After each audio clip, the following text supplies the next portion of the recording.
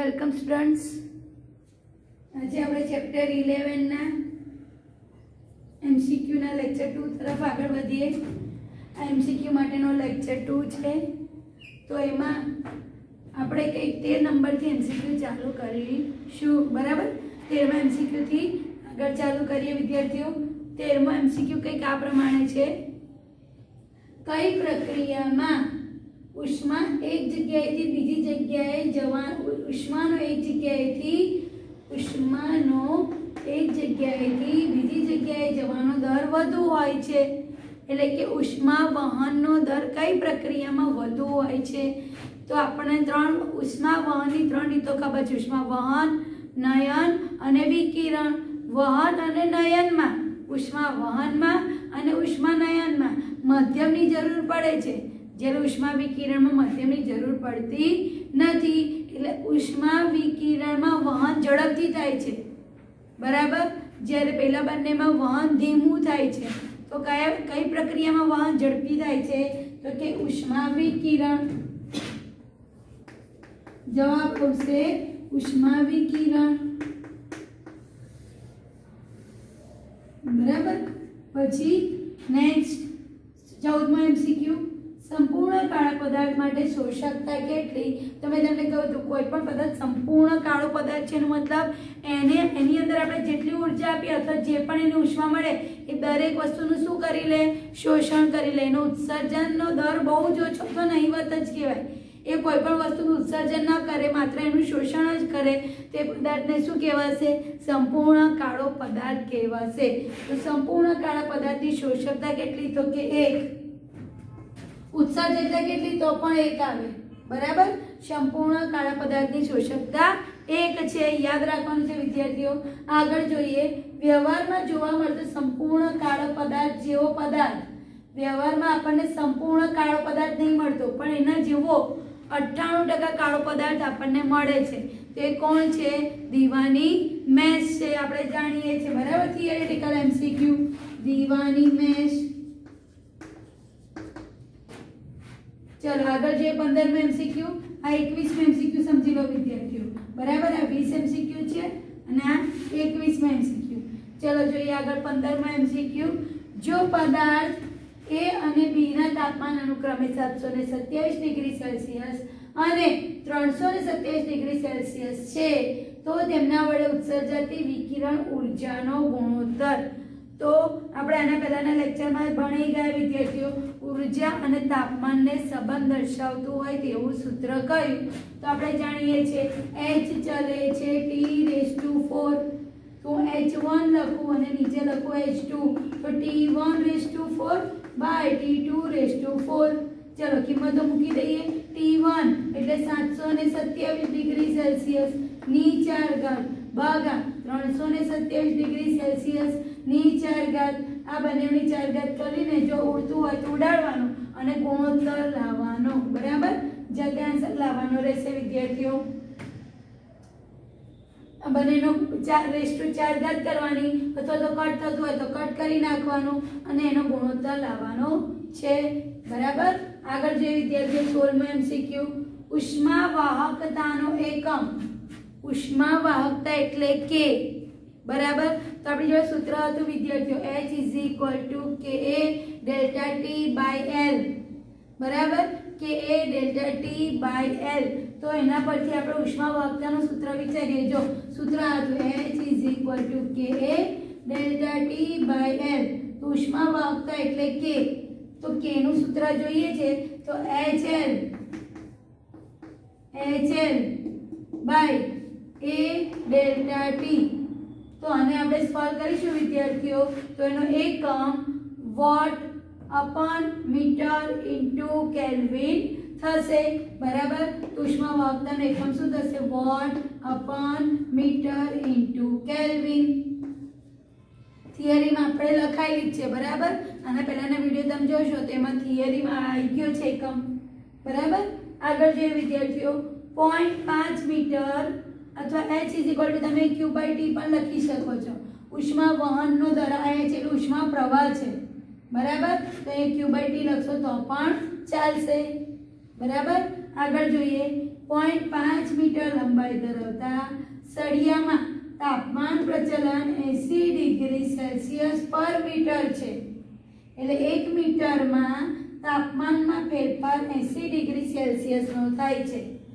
જો ગરમ છેડાનું તાપમાન 30 ડિગ્રી સેલ્સિયસ હોય તો ઠંડા છેડાનું તાપમાન કેટલું? બરાબર. એટલે વિદ્યાર્થીઓ એક સળિયો છે, એ સળિયાનું અહીંનું તાપમાન આપ્યું નથી, પણ આપણને એવું ઠંડા ગરમ છેડાનું તાપમાન 30 ડિગ્રી, અહીંનું તાપમાન આપેલું છે 30 ડિગ્રી સેલ્સિયસ.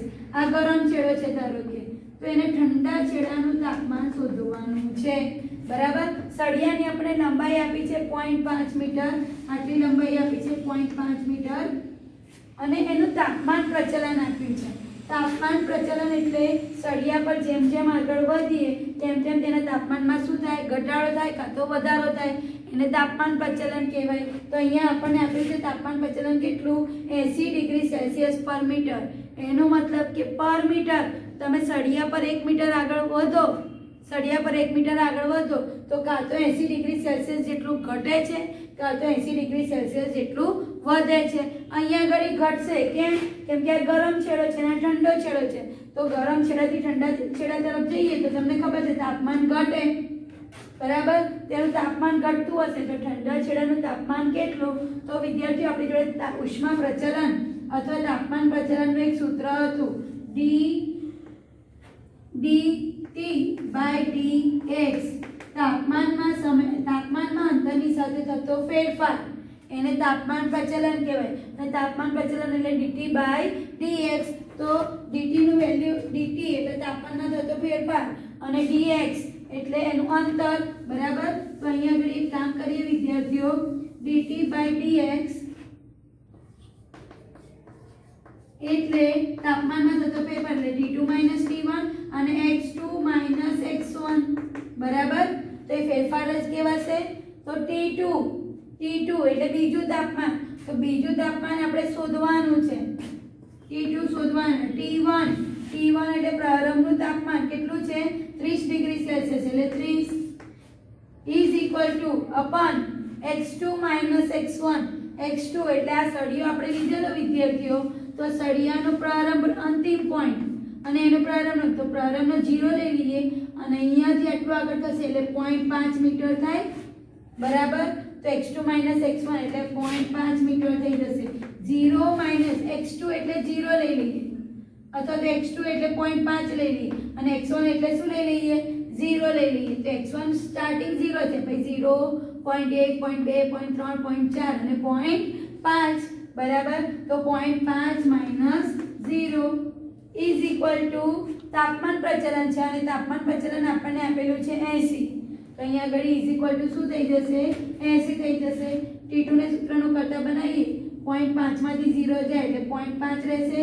તો T2 - 30 ઇઝ ઇક્વલ ટુ 80 ગુણ્યા 0.5, અને 0.5 એટલે તમે જાણો છો 1/2. બરાબર. તો 2 ચોક 8 એટલે 40 થયા. તો T2 જોઈએ છે તો 40 - 30 પેલા જશે એટલે પ્લસ થઈ જશે. તો 4 ને 3 7 એટલે T2 બરાબર કેટલા આયા? 70 આયા વિદ્યાર્થીઓ. પણ અહીંયા આગળ તમને એવું કહ્યું છે કે ઠંડા છેડાનું તાપમાન, ગરમનું તાપમાન 30 હોય તો ઠંડા છેડાનું તાપમાન 70 આવે વિદ્યાર્થીઓ? ના આવે. તો એનો મતલબ તાપમાનમાં ઘટાડો થાય છે ને, એટલે અહીંયા આગળ તમારે આને માઈનસ લેવો પડે, અને આને માઈનસ લઈએ એટલે આ માઈનસ થશે અને આ માઈનસ સ્ટેપ જશે એટલે પ્લસ થઈ જશે. એટલે 40 માંથી 30 જશે એટલે -10 આવશે. બરાબર. તમારે આ લોજિક યાદ રાખવાનું છે વિદ્યાર્થીઓ. તાપમાનમાં ઘટાડો થાય છે એટલા માટે આગળ તમારે શું મૂકી દેવાનું? માઈનસ મૂકી દેવાનું. બરાબર. તો આગળ મેં માઈનસ મૂકીશ એટલે આ સ્ટેપ માઈનસ થશે. તાપમાન પ્રચલન અહીંયા આગળ માઈનસ મૂકવાનું અહીંયા. બરાબર. કેમ કે અંતર સાથે તાપમાન ઘટે છે. ગરમ છેડાનું તાપમાન કેટલું છે? ગરમ છેડાનું તાપમાન 30 છે અને ઠંડા છેડાનું તાપમાન કયું છે? એટલે આગળ જઈએ છે તો તાપમાન ઘટે છે. તે ઘટાડો દર્શાવવા માટે આગળ શું મૂકવું પડે છે? માઇનસ મૂકવું પડશે. બરાબર, તો આપણો જવાબ આવશે -10 ડિગ્રી સેલ્સિયસ. બરાબર, આગળ જોઈએ વિદ્યાર્થીઓ 18માં MCQ. ઉષ્મીય અવરોધનો એકમ. ઉષ્મીય અવરોધ એટલે આપણે ભણી ગયા હતા વિદ્યાર્થીઓ, R = K/L. ઉષ્મીય અવરોધ R = L/Ka. બરાબર, તો આની અંદર આપણે એકમો મૂકીએ. L એટલે લંબાઈ મીટરમાં છે, K એટલે ઉષ્મા વાહકતા. ઉષ્મા વાહકતાનો એકમ અહીંયા ઘડી આપણે લઈ આવ્યા હતા વોટ.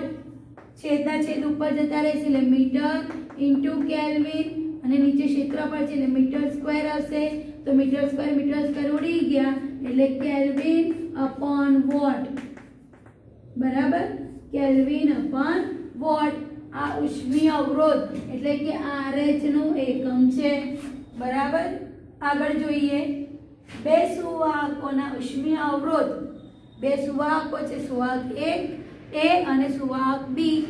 એ બંનેના આપણને ઉષ્મીય અવરોધ આપેલા છે. RH = 100 કેલ્વિન પર વોટ અને RHB = 200 કેલ્વિન પર વોટ. અને બેવને શ્રેણીમાં જોડી દઈએ. તેનો સમતુલ્ય અવરોધ આપણે શોધવાનો છે. તો અવરોધોના શ્રેણી જોડાણનું સૂત્ર આપણને ખબર છે વિદ્યાર્થીઓ, RH = RH1 + RH2. એટલે કે આ બંનેનો ડાયરેક્ટ શું કરી દેવાનો? સરવાળો. એટલે 100 + 200 = 300 કેલ્વિન પર વોટ. પરિણામી અવરોધ RH આવી ગયો. જ્યારે શ્રેણી જોડાણ હોય તો આ સૂત્ર વાપરવાનું. એની નીચે જોઈએ સેમ ટુ સેમ જ, પણ કયું જોડાણ લીધેલું છે? સમાંતર જોડાણ. અને સમાંતર જોડાણ હોય તો આ સૂત્ર હશે 1/RH = 1/RH1 + 1/RH2. બરાબર, ચલો 1/RH1 તો 1/RH1 એટલે 1/100 + 1/200. લસા લેવા પડશે. તો લસા લઈશું એટલે આને હું 2 વડે ગુણી દઉં. તો ઉપર નીચે 2 વડે ગુણીશું તો 2 × 2, નીચે 100 દુ 2 × 2, નીચે 100 દુ 200 આવી ગયા, વત્તા 1/200. એને ભેગા કરી નાખીએ તો 2 ને 1 3/200 = 1/RH આયા. તો ઊંધું કરી નાખીશું તો RH બરાબર શું થશે? 200/3. એટલે સમતુલ્ય અવરોધ જ્યારે સમાંતરમાં પૂછે તો આ સૂત્રનો ઉપયોગ કરવાનો અને સમતુલ્ય અવરોધ જ્યારે શ્રેણીમાં પૂછે વિદ્યાર્થીઓ તો આ સૂત્રનો ઉપયોગ કરવાનો. બરાબર, તો અહીંયા આગળ આપણે 21 MCQ પૂરા થયા. આગળ જોઈએ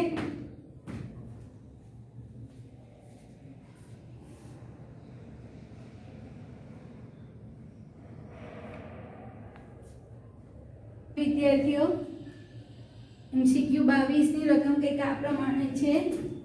સમાન પરિમાણ ધરાવતા 3 સળિયાની ઉષ્મા વાહકતા 3K 2K અને K છે. તેમને આકૃતિમાં દર્શાવ્યા અનુસાર જોડેલ છે. તો જંક્શન બિંદુનું તાપમાન શોધો. જંક્શન બિંદુ એટલે ત્રણેય સળિયા જ્યાં એકબીજા જોડે મળે એને કહેવાય જંક્શન બિંદુ. તો આ જંક્શન બિંદુનું તાપમાન શોધવાનું છે વિદ્યાર્થીઓ. 3 સળિયા છે, પહેલો, બીજો અને ત્રીજો. ત્રણેય સળિયાની ઉષ્મા વાહકતા આપેલી છે અને ત્રણેય સળિયાના પરિમાણ સમાન છે.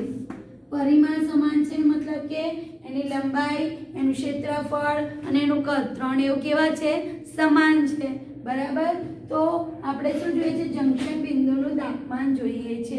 બરાબર, તો વિદ્યાર્થીઓ અહીંયા તમારે એક લોજિક યાદ રાખવાનું છે કે અહીંયાથી જેટલી પણ ઉષ્મા આવતી હશે, હું એવું કેમ કહું છું અહીંયાથી ઉષ્મા આવે?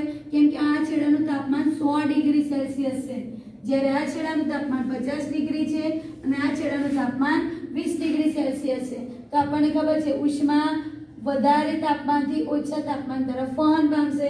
એટલે અહીંયા આગળથી ઉષ્મા વહન પામશે અને અહીંયા વહન પામશે એટલે બે ભાગમાં ડિવાઈડ થશે, પણ બે સરખા ભાગમાં ડિવાઈડ નહીં થાય. કેમ? કેમ કે અહીંયા આગળ 50 ડિગ્રી સેલ્સિયસ છે અને અહીંયા 20 છે અને આની ઉષ્મા વાહકતા 2K છે અને આની ઉષ્મા વાહકતા K છે. એટલે જરૂરી નથી કે બંનેમાં સમાન ઉષ્માનો જથ્થો વિતરિત થાય, બરાબર. તો આપણે શું કરવું પડશે, અહીંયાથી જે ઉષ્મા આવી એ ઉષ્મા બે ભાગમાં વેચાઈ ગઈ, તો આમાંથી પાર થતી ઉષ્મા છે હું એને કહી દઉં H1, ઉષ્માનો જથ્થો ઇઝ ઇક્વલ ટુ બે ભાગમાં વેચાય, આમાંથી જે પાર થાય છે એને H2 કહી દઈએ, અને આમાંથી જે પાર થાય છે એને શું કહી દઈએ આપણે, H3 કહી દઈએ. તો H1 જેટલી ઉષ્મા H2 અને H3 માં ડિવાઈડ થઈ ગઈ, બરાબર. પણ વિદ્યાર્થીઓ આપણને H નું સૂત્ર ખબર હતી, H is equal to Ka delta T by L, બરાબર. તો ચલો બધા માટે લખીએ તો Ka delta T by L is equal to Ka delta T by L plus Ka delta T by L. હવે જે વસ્તુ સમાન છે એ ઉડી જશે, જો ક્ષેત્રફળ અને લંબાઈ ઉડી જશે ત્રણેયમાં. કેમ કે ત્રણેયના પરિમાણ સમાન છે. કે નહીં ઉડે, કે અલગ અલગ છે. તાપમાન પણ ના ઉડે, તાપમાન અલગ અલગ છે, બરાબર. તો ચાલો હવે એક કામ કરીએ, આની અંદર કિંમતો મૂકીએ. આ કે આ કોના માટે છે, આના માટે, આમાં H1 કહી દઈએ, આને H2 કહી દઈએ અને આને H3 કહી દઈએ. તો H1 માટે K કેટલો છે, તો કે 3K 4 આવ્યો, 3K અહીંયા લખેલા છે 3K, સોરી 3K છે, બરાબર. 3K છે. ડેલ્ટા T એટલે એ સળિયાના બે છેડા વચ્ચે તાપમાનનો તફાવત. તો આ સળિયાના બે છેડા વચ્ચે તાપમાનનો તફાવત કેટલો છે, જંક્શનનું તાપમાન ધારો કે આપણે O ધારી લઈએ, અથવા તો હા જંક્શનનું તાપમાન O ધારી લેશો કે P કે Q ગમે તે ધારશો તો પણ ચાલશે. તો જંક્શનનું તાપમાન ધારો કે O ધારી લઈએ, તો આ સળિયાના બે છેડા વચ્ચે તાપમાનનો તફાવત કેટલો કહેવાય, તો કે 100 માઈનસ O. તો અહીંયા આગળ શું લખીશ, 3K ડેલ્ટા T એટલે તાપમાનનો તફાવત છે, અને એ તાપમાનનો તફાવત એટલે 100 માઈનસ 0 અથવા તો 100 માઈનસ O. 0 ના કહેવાય, કેમ કે 0 કહેશો તો પાછળ 100 માંથી 0 માઈનસ કરી નાખશો, બરાબર. આ O લખ્યા છે, 0 નથી લખ્યા, યાદ રાખવાનું છે. ઇઝ ઇક્વલ ટુ બીજા સળિયામાં H2, તો H2 નું કેટલું છે 2K, એનો તાપમાનનો તફાવત કેટલો આવશે, તો 0 O માઈનસ 50. કેમ કે જંક્શનનું તાપમાન આના કરતાં વધારે હશે અને આના કરતાં પણ વધારે હશે, કેમ કે આ 100 છે, બરાબર. તો એ 70 કે 60 હોવા જોઈએ. સિમ્પલ લોજિકથી વિચારી શકીએ. એટલે વધારેમાંથી ઓછા માઈનસ કરવાના, તો વધારે O છે અને ઓછા 50 હશે એટલે O માઈનસ 50 પ્લસ ત્રીજા માટે જોઈએ તો ત્રીજામાં K છે અને એનું તાપમાન O માઈનસ 20 થશે.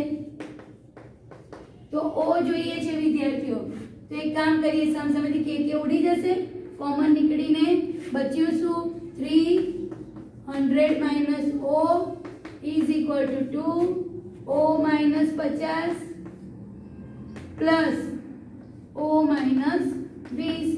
અંદર ગુણી લઈએ તો 300 minus 3O is equal two 2O, 50 નું 100 પ્લસ O માઈનસ 20, બરાબર. એવું હોય તો આને O ડેશ કહી દઈએ એટલે આપણે કન્ફ્યુઝ ના થઈએ. O ડેશ, બરાબર. O dash O dash.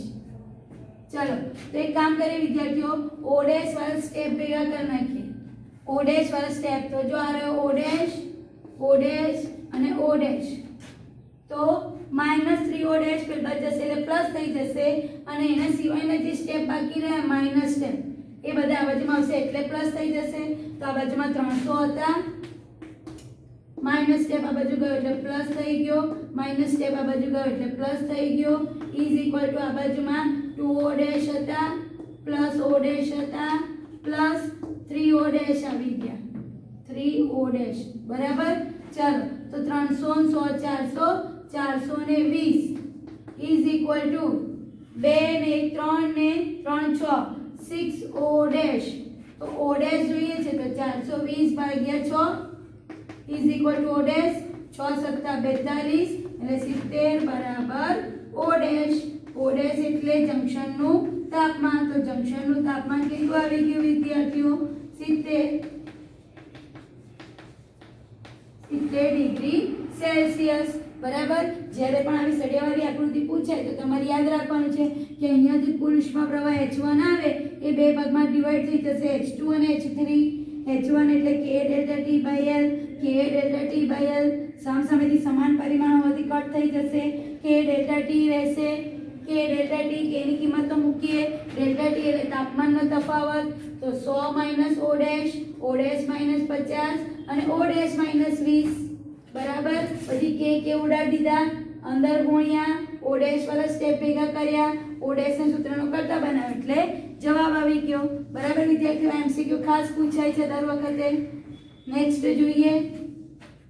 1 metre લંબાઈ અને 100 સેન્ટીમીટર સ્ક્વેર આડછેદનું ક્ષેત્રફળ ધરાવતા સળિયાના છેડાના તાપમાન 100 ડિગ્રી સેલ્સિયસ અને 0 ડિગ્રી સેલ્સિયસ છે, તો 1 મિનિટમાં પસાર થતી ઉષ્મા કેટલી? ઉષ્મા વાહકતા આપણને આપેલી છે. બરાબર. તો ઉષ્મા જોઈએ છે, તો ઉષ્મા એટલે આપણે જાણીએ છીએ, આ સૂત્રનો આપણે ફરીથી ઉપયોગ કરીશું. તો H = Ka delta T by L. પણ L એટલે ઉષ્મા પ્રવાહ છે, પણ આપણે તો ખાલી ઉષ્મા જોઈએ છે, તો હું H ની જગ્યાએ Q બાય T લખી શકું. એકમ સમયમાં પસાર થતી ઉષ્માને ઉષ્મા પ્રવાહ કહેવાય.